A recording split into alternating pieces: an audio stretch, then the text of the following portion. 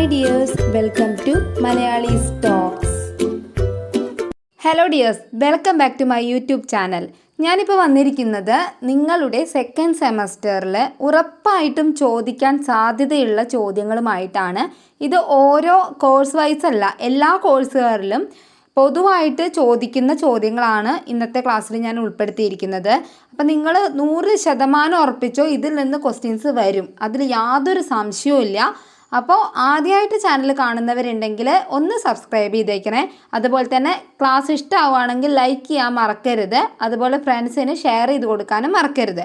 പിന്നെ എല്ലാ ക്ലാസ്സുകളുടെയും നോട്ട്സ് ഞാൻ ടെലഗ്രാം ചാനലിൽ അപ്ലോഡ് ചെയ്തിട്ടുണ്ട്, ലിങ്ക് ഡിസ്ക്രിപ്ഷനിൽ കൊടുക്കാം. പിന്നെ ഓരോ ചാപ്റ്റേഴ്സിൻ്റെയും ക്ലാസ്സുകൾ വേണമെന്നുണ്ടെങ്കിൽ അതിൻ്റെ പ്ലേലിസ്റ്റിൻ്റെ ലിങ്ക് ഞാൻ ഡിസ്ക്രിപ്ഷനിൽ കൊടുക്കുന്നുണ്ട്.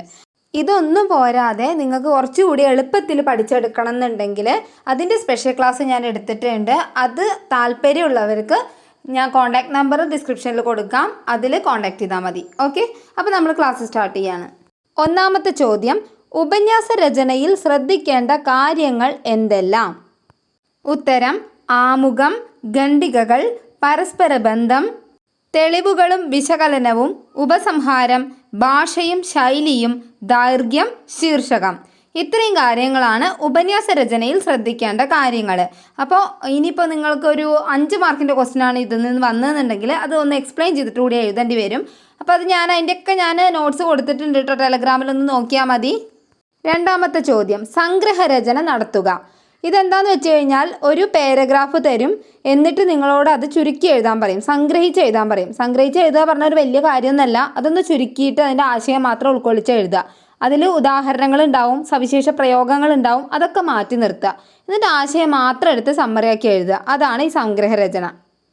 മൂന്നാമത്തെ ചോദ്യം, വിമർശകത്രയം ആരൊക്കെ? ഉത്തരം: MP പോൾ, കുട്ടിക്കൃഷ്ണ മാരാർ, ജോസഫ് മുണ്ടശ്ശേരി. നാലാമത്തെ ചോദ്യം, വിമർശന വിഭാഗങ്ങൾ ഏതൊക്കെ? വിമർശന വിഭാഗങ്ങൾ പ്രധാനമായിട്ട് 2 തരത്തിലാണുള്ളത്, ഖണ്ഡന വിമർശനവും മണ്ഡന വിമർശനവും. അഞ്ചാമത്തെ ചോദ്യം, വിമർശനം അല്ലെങ്കിൽ നിരൂപണം എന്നാൽ എന്ത്?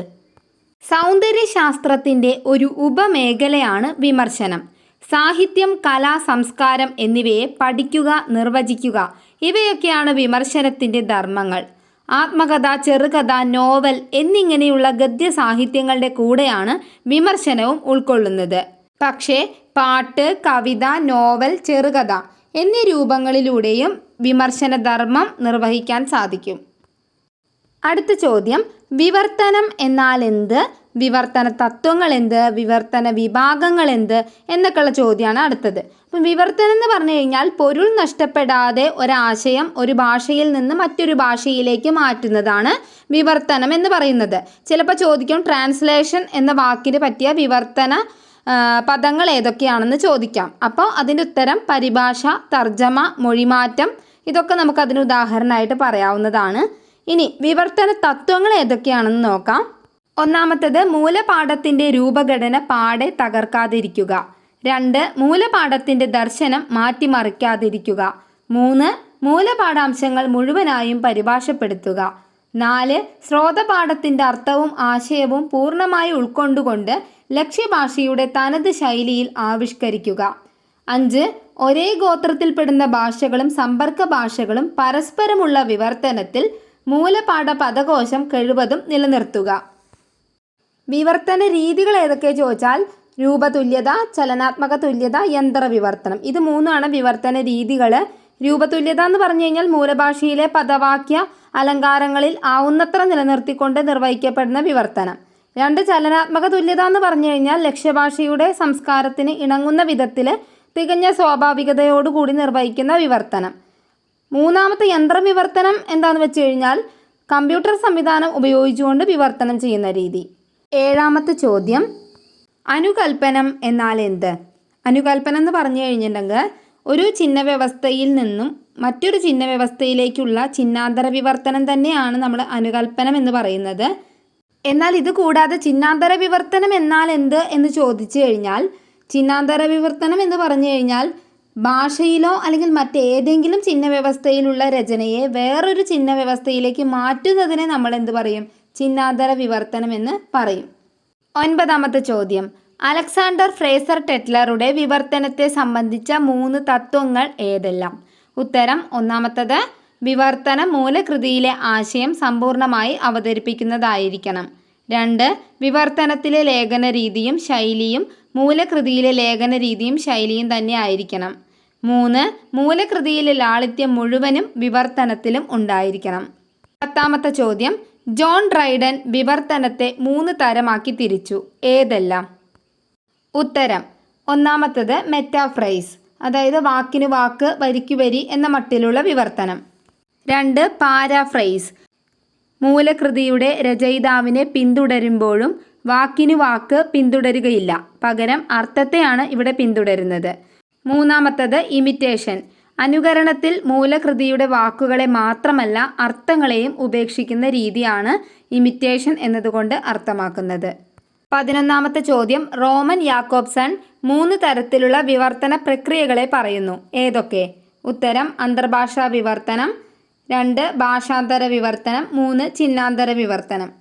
ഈ ഉത്തരങ്ങൾ തന്നെ ചിലപ്പോൾ ഓരോ ക്വസ്റ്റ്യൻസ് ആയിട്ട് ചോദിക്കാം കേട്ടോ. മെറ്റാഫ്രൈസ് എന്താണ്, പാരാഫ്രൈസ് എന്താണ്, അതുപോലെ തന്നെ ഭാഷാന്തര വിവർത്തനം എന്താണ്, അങ്ങനെയൊക്കെ ചോദിക്കാം. അപ്പോൾ ഇതൊന്ന് നന്നായി മനസ്സിലാക്കി വെച്ചാൽ തന്നെ ഇതിൻ്റെയൊക്കെ ആൻസർ നിങ്ങൾക്ക് എഴുതാനായിട്ട് സാധിക്കും. 12ാമത്തെ ചോദ്യം, യന്ത്രവിവർത്തനം എന്നാൽ എന്ത്? കമ്പ്യൂട്ടർ സംവിധാനം ഉപയോഗിച്ച് വിവർത്തനം ചെയ്യുന്നതാണ് യന്ത്രവിവർത്തനം അല്ലെങ്കിൽ കമ്പ്യൂട്ടർ വിവർത്തനം. 1933 സ്മിർനോവ് ട്രോജൻസ്കിയാണ് ഈ ഒരു വിവർത്തനത്തിന് തുടക്കം കുറിച്ചത്. 13ാമത്തെ ചോദ്യം, തൽഭവം തത്സമം എന്നിവ തമ്മിലുള്ള വ്യത്യാസം ഉദാഹരണ സഹിതം എഴുതുക.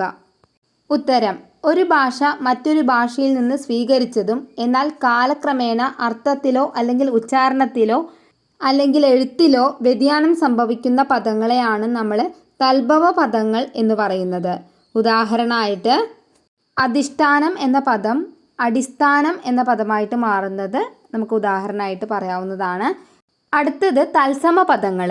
തത്സമ പദങ്ങൾ എന്ന് പറഞ്ഞു കഴിഞ്ഞാൽ ഒരു ഭാഷ മറ്റൊരു ഭാഷയിൽ നിന്നും യാതൊരുവിധ രൂപമാറ്റങ്ങളും കൂടാതെ സ്വീകരിക്കുന്ന പദങ്ങളാണ്.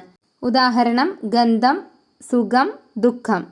14ാമത്തെ ചോദ്യം, സബ് ടൈറ്റിൽ രചന നേരിടുന്ന വെല്ലുവിളികൾ ഏതൊക്കെ? ഉത്തരം, യഥാർത്ഥ സംഭാഷണവും സന്ദർഭവും ആശയക്ലിഷ്ടതയില്ലാതെ ലക്ഷ്യഭാഷയിലൂടെ വിനിമയം ചെയ്യുന്നുണ്ടെന്ന് ഉറപ്പാക്കണം. സാംസ്കാരിക ഘടകങ്ങളുടെ തെറ്റിദ്ധരിപ്പിക്കുന്ന നിലയിലുള്ള പ്രയോഗം ഒഴിവാക്കണം. അക്ഷരങ്ങളുടെ എണ്ണം, ലൈന്, ബ്രേക്കുകൾ, ഓഡിയോയുമായുള്ള സമന്വയം തുടങ്ങിയ സാങ്കേതിക പരിമിതികളോടും സബ് ടൈറ്റിൽ രചയിതാക്കൾ പോരാടണം. കാലതാമസമോ ഓവർലാപ്പുകളോ ഒഴിവാക്കിക്കൊണ്ട് സബ് ടൈറ്റിൽ ഓഡിയോയുമായി സമന്വയിപ്പിച്ചിട്ടുണ്ടെന്ന് ഉറപ്പാക്കണം. കൃത്യതയെ സർഗാത്മകതയുമായി സമന്വയിപ്പിക്കണം. സബ് ടൈറ്റിലുകൾ കാഴ്ചാനുഭവത്തെ തടസ്സപ്പെടുത്താതെ ഉദ്ദേശിച്ച അർത്ഥം വിനിമയം ചെയ്യുന്നുണ്ടെന്ന് ഉറപ്പാക്കണം. ഇതൊക്കെയാണ് സബ് ടൈറ്റിൽ രചന നേരിടുന്ന പ്രധാന വെല്ലുവിളികൾ. അടുത്ത ചോദ്യം, ഇ ബുക്ക് എന്നാൽ എന്ത്? ഡിജിറ്റൽ രൂപത്തിൽ തയ്യാറാക്കപ്പെട്ടിരിക്കുന്ന പുസ്തകമാണ് ഇ ബുക്ക്. ഇലക്ട്രോണിക് ബുക്ക് എന്നതിൻ്റെ ചുരുക്കെഴുത്ത്. Computer, smart phone, tablet, e book reader പോലുള്ളവയ്ക്ക് ഉപയോഗിച്ചിട്ടാണ് ഇത് വായിക്കുക. അടുത്ത ചോദ്യം, ഉള്ളടക്ക രചനയുടെ പ്രാധാന്യം എന്ത്? മാർക്കറ്റിംഗ് മേഖലയിൽ ഏറെ സ്വാധീനം ചെലുത്തുന്ന ഒരു സർഗാത്മക ഇടപെടലാണ് ഉള്ളടക്ക രചന.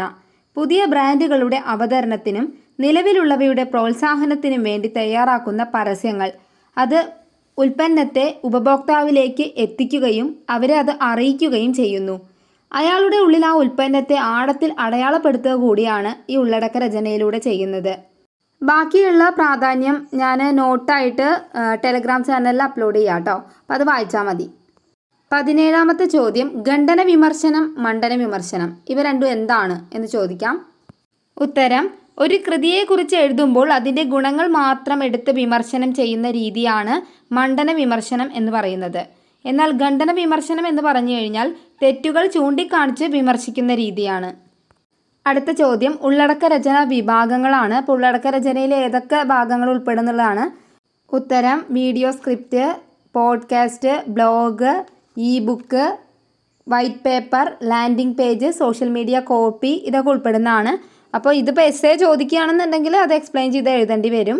ചിലപ്പോൾ ഇതിൽ ഏതെങ്കിലും ഓരോന്ന് ചോദിക്കാനും സാധ്യതയുണ്ട്. അപ്പോൾ അതൊക്കെ എന്താണെന്ന് മാത്രം മനസ്സിലാക്കി വെച്ചോളൂ. അങ്ങനെ ഓരോന്നായിട്ട് ചോദിക്കുകയാണെങ്കിൽ അത് 2 മാർക്കിനെ ചോദിക്കൂ കേട്ടോ. അടുത്ത ചോദ്യം, സർഗാത്മക രചന എന്നാൽ എന്ത്? ഉത്തരം ഭാവന ഉപയോഗിച്ച് നവീനവും മൂല്യവത്തുമായ ആശയങ്ങളും സൃഷ്ടികളും രൂപപ്പെടുത്താനുള്ള കഴിവാണ് സർഗാത്മകത എന്ന് പറയുന്നത്. പിന്നെ അടുത്ത ഡോക്യുമെൻ്ററികളാണ്. അതിൽ ഓരോരുത്തർക്കും തന്നിട്ടുണ്ട്. അതായത് BA-കാർക്കാണെങ്കിൽ നൈറ്റ് ആൻഡ് ഫോഗ്, BSc-കാർക്കാണെങ്കിൽ ഫോറസ്റ്റ് മാൻ, അതുപോലെ BCom BBA-കാർക്ക് ദ ഗ്രേറ്റ് ഡിറ്റക്ടർ. അപ്പോൾ ഇതിൽ ആരാണ് എഴുതിയത്, അതിൽ കഥ എന്താണെന്നൊക്കെ ചോദിക്കുള്ളൂ. അപ്പോൾ അത് കഥ മനസ്സിലാക്കി വെക്കുക, അത് ആരാണ് എഴുതിയത് എന്നൊക്കെ ഒന്ന് നോട്ട് ചെയ്ത് വെക്കുക. ഓക്കെ ഡിയേഴ്സ്, ഇതോടുകൂടി നമ്മുടെ സെക്കൻഡ് സെമസ്റ്ററിൻ്റെ ക്ലാസ്സുകൾ അവസാനിച്ചിരിക്കുകയാണ്. അപ്പോൾ എല്ലാവരും നന്നായിട്ട് എക്സാം എഴുതുക, ടെക്സ്റ്റ് നന്നായി വായിച്ചിട്ട് പോണേ, അത് മറക്കരുത്. essay ഫസ്റ്റ് എഴുതാൻ നോക്കുക. ഓക്കെ, ഇതിലൊന്നും മാറ്റം വരുത്താതെ ചെയ്ത് കഴിഞ്ഞാൽ നല്ല മാർക്ക് സ്കോർ ചെയ്യാൻ പറ്റും. പിന്നെ എല്ലാ സപ്പോർട്ടും ഉണ്ട്. എന്തെങ്കിലും സംശയം ഉണ്ടെങ്കിൽ കമൻറ്റിലൂടെ ചോദിച്ചാൽ മതി. പിന്നെ ഒരു കാര്യം നിങ്ങളെ അറിയിക്കാണ്ട്, തേർഡ് സെമസ്റ്ററിൻ്റെ സിലബസ് വന്നിട്ടുണ്ട്. അപ്പോൾ നിങ്ങളുടെ എക്സാം കഴിയുന്നതിനനുസരിച്ച് ഞാനത് അപ്ലോഡ് ചെയ്യുന്നതാണ്. അപ്പോൾ എല്ലാവരും സപ്പോർട്ട് ചെയ്യുക, സബ്സ്ക്രൈബ് ചെയ്യുക, ഫ്രണ്ട്സിന് ഷെയർ ചെയ്ത് കൊടുക്കുക. ഓക്കെ, അപ്പോൾ താങ്ക് യു ഫോർ വാച്ചിങ്.